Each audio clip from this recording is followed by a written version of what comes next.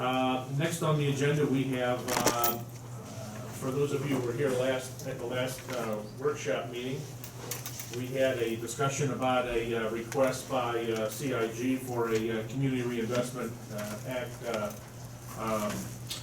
CRA proposal for some public financing for infrastructure improvement on the project on Kenwood Road. At the time, we had asked, a resident had asked about having HCDC come in to talk about the Community Reinvestment Act and make a presentation so that everybody had a better understanding as to exactly how it works and who benefits from the CRA. So we have with us today folks from the HCDC. If you want to come up and take a seat, introduce yourself, and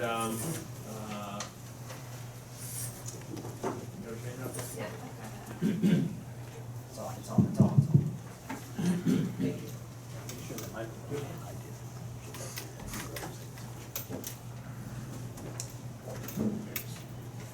We've got some extra copies too, if anyone else would like some. Good morning, and thank you for having us here today. I'm Harry Blanton. I'm a vice president with HCDC, overseeing the Economic Development Office. And do you want me to go into the presentation, or I do want to introduce? Yes, yeah, that's great. Hi, Catherine Brunn. I'm an economic development specialist at HCDC. And in that role, I primarily administer our community reinvestment areas and enterprise zone agreements, both working with communities to help set them up, as well as working with communities when a company's ready to apply for the abatement, and then handling ongoing compliance. What's your last name again? Brunn, B-R-U-N.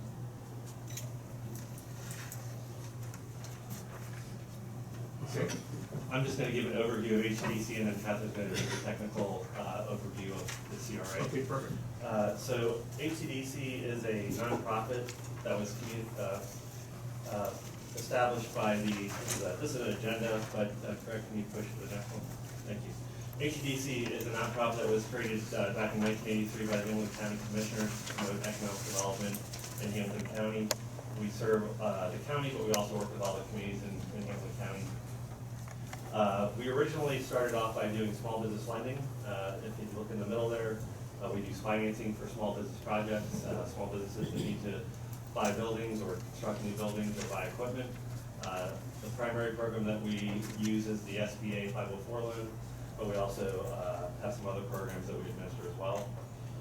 Secondly, we run a business incubator in Norwood. We have about 70 small entrepreneurial companies that we help grow to the point where they go out into the communities and grow and create jobs.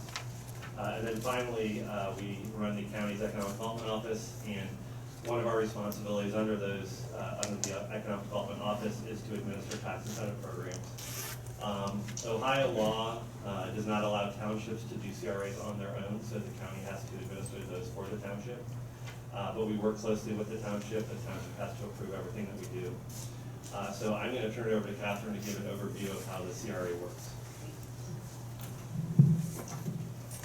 Thank you so much, Greg. You can move forward this slide for us. So first, we're just going to start a little bit with the basics of what a community reinvestment area is. And specifically, it's an economic development tool that is administered by municipalities and counties that provide real property tax abatements to incremental increases in value resulting from investments in property. It's also a designated tract of land where these investments can occur and receive the abatement.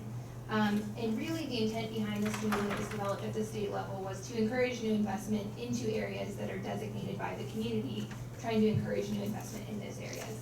So again, just to recap, it's a tool that provides real property tax abatements on the incremental increase in value resulting from new investments in targeted areas. Next slide, Greg. As Harry mentioned, per the Ohio Revised Code, townships are unfortunately not able to administer these programs themselves and therefore work with the county that oversees their jurisdiction. But they really work closely with the townships to make sure that the township's interests are represented in how the program is developed. So kind of what happens in a CRA is that you first designate and establish a CRA area, which is that geographic boundary. You determine the types of development that are going to be supported in that area. You can determine the types and maximum terms of the abatement, and then you can grant abatements to qualifying projects. And then on an ongoing basis, once you're granting abatements to projects, we administer the annual compliance around those abatements. CRAs can specifically be used to grant abatements to office projects, industrial, retail, and residential. Next slide, Greg. We wanted to provide a few examples of other CRAs in Hamilton County. This is by no means an exhaustive list, but kind of provides a cross-section of what we worked on before. Anderson Township has a CRA that was recently expanded, and it was really more of a development-focused CRA to encourage a specific development project. Springfield Township recently created a CRA that's a very large area and both includes residential, commercial, and retail that they're trying to encourage. Sims Township has two CRAs, both covering their kind of commercial and retail corridors. And then Colerain has 3 CRAs, and one was specifically developed to encourage the development at Northgate Mall.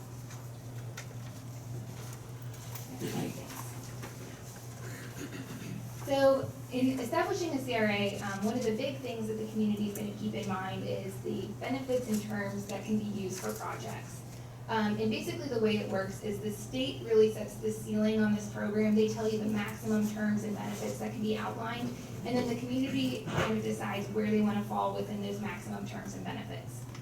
So basically, again, the state sets the maximum, and then Sycamore Township, as well as the Hamilton County Commissioners, would draft local enabling legislation that would determine the terms and abatements that they're willing to offer up to the maximums provided by the state. So overall, in general, the benefits of the program are up to 100% real property abatement. And again, keep in mind that's on the incremental increase in value of real property, not the entire real property value. It does not offer any benefits on personal property or inventory. And then the maximum term as defined by the state is up to 15 years. So if you go to the next slide, this just provides a little bit more of a snapshot of the types of projects that can be considered in your local enabling legislation, as well as the maximum terms.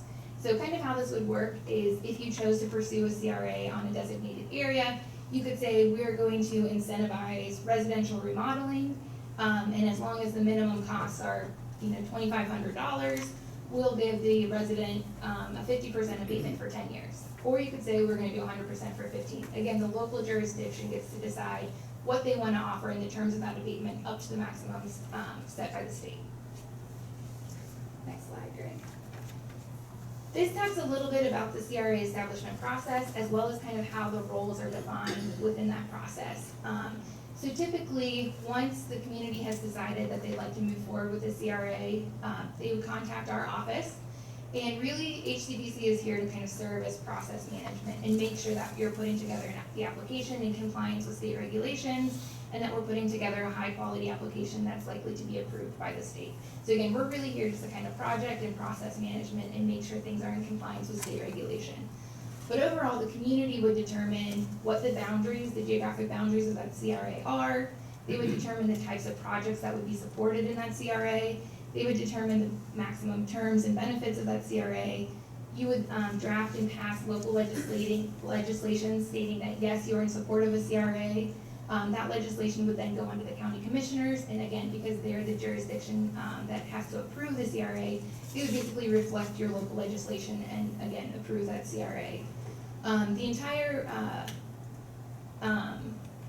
application would then go to the state, and in order for a CRA to begin granting abatements, it has to be officially certified by the state. So within 60 days of receiving the application, they will respond with an official certification saying, yes, you're good to go. And really, abatements cannot be granted until that certification is received by the state. So the first step in the process is just establishing the boundaries of the CRA and talking about the types of projects that you would want to support in that CRA. So finally, we're not going to get too in the weeds on granting abatements, but as I stated, the CRA has to be first established and certified by the state before any abatements can be granted to projects. So a couple things to keep in mind if you choose to support both commercial, industrial, and residential projects within the CRA. A commercial industrial project is really kind of a negotiation. So before any shovels are in the ground, before any construction gets started on a project, they first have to submit an application to HCDC to receive an abatement. We would review that application, we would work with the community to determine what the terms of that abatement were, both in terms of years and the percentage of that abatement. But again, that agreement for abatement has to be approved before any project work can begin. And again, it's negotiated. So if in your local enabling legislation, you wanted to say, we'll support commercial projects up to 75% abatement, you could still say, well, we're only gonna give this project a 50% abatement. Again, it's a negotiated process. And we actually have some process paperwork that we have at our office that helps score those projects kind of apples to apples to see where they rank and help you determine those abatement levels. On a residential project, the process is a little bit different. So residential projects actually apply for the abatement after the work is completed. So somebody would invest in new construction or remodeling their property, and then within 6 months after completing that work, they would need to submit an application for the abatement. And as long as the residence meets the minimum qualifications stated in your enabling legislation, they would receive the maximum benefit. So it's not a negotiation. So if you said up to 100% abatement and the resident met the qualifications and they were in good standing with the community, they would receive the 100%. A couple things to keep in mind too, as it relates to the school board. So the school board would be notified if you chose to pursue establishing a CRA. They could really give you an opinion, but they really don't have any jurisdiction over approving or not approving the creation of a CRA. However, the school board does have rights as it relates to commercial projects. If you choose to offer an abatement over 50% to a commercial or industrial project, then it has to be formally approved by the school board. But residential abatements do not need approval by the school board to move forward. So I think that pretty much covers the process of a CRA. Here, Justin is also here. Do you guys have anything to add? Did I miss anything? And then we'd be happy to answer questions. Greg, could you go back to the previous slide? I have a couple of questions as it relates to this. Number one, am I correct in understanding that, well, first of all, the project has three components: office, hotel, residential. Those can be applied for individually within a CRA designation? Yes, they could be applied for individually, and specifically, I know this project involves multifamily. Under the terms of the CRA, that would be considered a commercial agreement, not That was my residential. second question. So residential really refers to single family, Got it.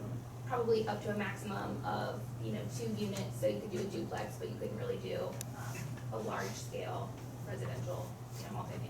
Understood. It really depends on whatever your zoning says is commercial, so if you have 2 units or 4 units is considered residential, that's whatever your local zoning says. But the multifamily that we're talking about is considered commercial industrial. Got it. Good question. Rick, I don't know that our zoning distinguishes between number of units as to whether it's commercial or residential. Well, the zoning code considers multifamily residential, but that same use is also permissible in commercial districts, depending on the approval level. Well, So I get- it's talked about both ways. I think this is what Denny was getting at. You apply on this you apply for the exemption on a per parcel basis, I would assume, auditor's parcel. Yeah, I think if it's multiple parcels that are part of a larger project, you can apply for it all, but I think as far as residential, if you don't designate in your zoning what is considered commercial in terms of multifamily or whatever, you can designate that in the resolution, the enabling legislation, what you will consider commercial. Okay. Okay, any other questions? Who initiated this? Why are you here? Who got you involved in this?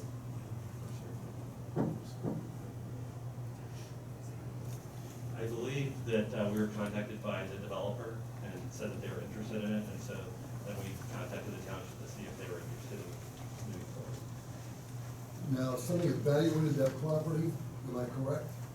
Yes, so as part of our work, we conduct what's called a housing survey, and that legally has to be submitted with the application to the state, and also with the county commissioners. to evaluate whether, the area is kind of qualified per the terms of ORC for the CRA. And who exactly did that? Do you have a person's name? Yep, I did. So you went back there and you said, this is a depressed area? I did not say it was depressed It area. was not a depressed area. So- No, we simply document the That word conditions. specifically, yeah, so we document the conditions and we look for, you know, property that may not be maintained, or we look at the overall area and pull samples of where, you know, we think there could be some new investment, because again, the property level has not been maintained, or, it could use a little bit of fixing up. But the certification is done by the state, so we submit the data, they determine if it meets the requirements of the law.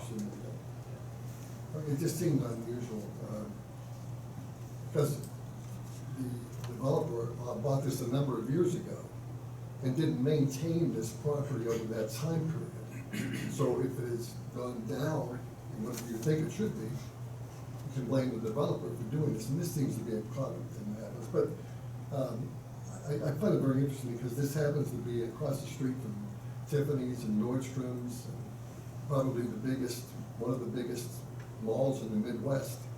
And I was wondering if you, Mr. President, did you read the story that was in the paper, the backstory? It was in the Inquirer, the front page story. I'm not sure if I've seen that article. Okay, well, this was a front page story in the Inquirer, and then also, this was on May 27th, I'm gonna send you a PDF on it. There was also a front page story on the Suburban Light paper on June the 5th. This gives you the backstory of the whole environment, what happened out here. And you mentioned it, you made a comment, Catherine, about working with the community. And would that be the people involved in the community, besides this group up here? Because this was a done deal. If you go back to an article that was in the Business Courier, where they wanted the developer wanted to develop in another area. And our administrator, Mr. Bickford, along with Mr. Weidman and the trustees at that time, convinced them to go into this area and develop here. Now, I'm the one person that said no to the TIF. I made that comment at the meeting in November 27th. I said I was against the TIF for this because of the massiveness of this development. If you look at this, the scope of this, We're gonna stop this. This is a discussion about CRA. This is not Well, I'm not asking- about your opinion about whether this project is a good project or a bad project. We're talking about CRA here. This is what we brought these folks in for. well, I would like to know why they want to develop this area that is a very, very good area. Sir, We we can don't do make- this. we don't And make also the policy. backstory that is very important to this. We are not. This was turned down by the planning, the regional planning, turned down by our own zoning board, and then the two of you went, and I said, wait a second, this should be, Let him answer the question. We don't make policy, the local community makes the policy, they invite us in to do the documentation of the conditions. But if that's the local decision on whether you wanna do this or not, it's not our decision, we simply are administrators of the program. So the trustees make the decision about whether they wanna move forward with this or not, or whether it's a good project or not, we don't make that decision. let me ask you And the then, members. one more, another question on this, because you don't know the history of the progress of this whole development. Now, it goes to the commissioners. How much, when did they make that decision? How much the time frame there? So after the trustees make your decision, we take it to the county. They have 60 days to get it to the state. And then the state has 30 days to make their determination about certification.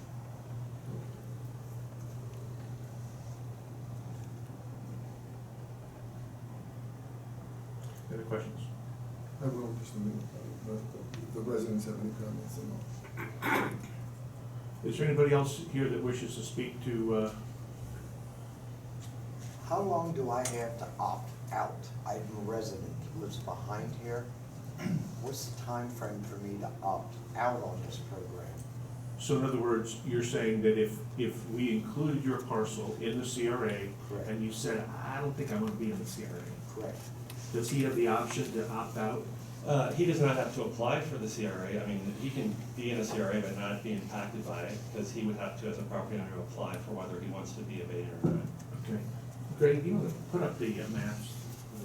Do you have the, Yeah, I've got 'em. Give me a minute. okay. Let me ask a question while you're doing that. So what you're saying is that if the applicant, if the developers apply for CRA for the properties that they own, if we wanted to include in our legislation additional properties so that they could also receive the benefits from this, do we have are we legally allowed to do that? Do we have to, or does it have to be done individually by each property owner? You can include them in the area, the boundaries of the CRA, but each individual property owner has to apply to receive the abatement. Okay.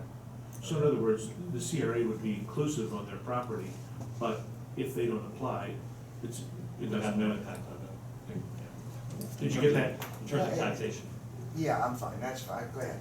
I have a question related to that. If a resident does take the abatement, say 5 years into the program, receives an offer to sell their house and wants to sell it, are they forbidden from doing so, or can they repay the abated amount, or? No, there's no problem with selling their house. The abatement would continue with the house. What if they're not selling it for residential purposes on the other hand? If there's a zoning change, we have to let the state know that there's a zoning change, but it doesn't prevent them from selling it or continuing the abatement. If they were to rip down the building, obviously, then that would impact the abatement. But, How so? well, I'm just saying that there wouldn't be a building anymore that has that valuation that's being taxed. So it would continue, in other words, but there'd be no retroactive effect? That's a good question for an attorney. I've never had to deal with that situation, so I don't want to speak properly or wrongly, but I've never had to deal with that, so I don't think that if you have an abatement and then you tear down the property and build a different property, you would have to reapply for an abatement. I have a few other questions, if I may. Who initiated this process? Was it the township, the developer, someone in the county, or someone? I believe we answered that question, but the developer did come to us seeking information about the CRA, and then we contacted the township to see if they were interested in pursuing it. And what is the benefit to the county of this process if a CRA is established here? I don't know what you mean by benefit. The county also would be impacted by the tax abatement because they are part of the tax levy. So county commissioners have to decide whether they want to do it or not, that they would also be impacted by the tax abatement, just like the township would. But it certainly brings in more residents to live in Sycamore Yeah, County. beyond that, it's an economic development tool to encourage development, so, Right. you can go down and say, it increases investment, it creates jobs, that's the. Sales taxes, Sales tax. hotel taxes, things like that. Tech County would benefit from that. Right. If this was, if it were developed. But there were 400 some residents living there in medium income that are gone, so we're taking that away. So, I mean, you mentioned people, residents. There were a lot of residents who lived there who are now leaving. So, that's all I'm saying. That's the township's decision whether they want to push this or not. Question, please. Yeah.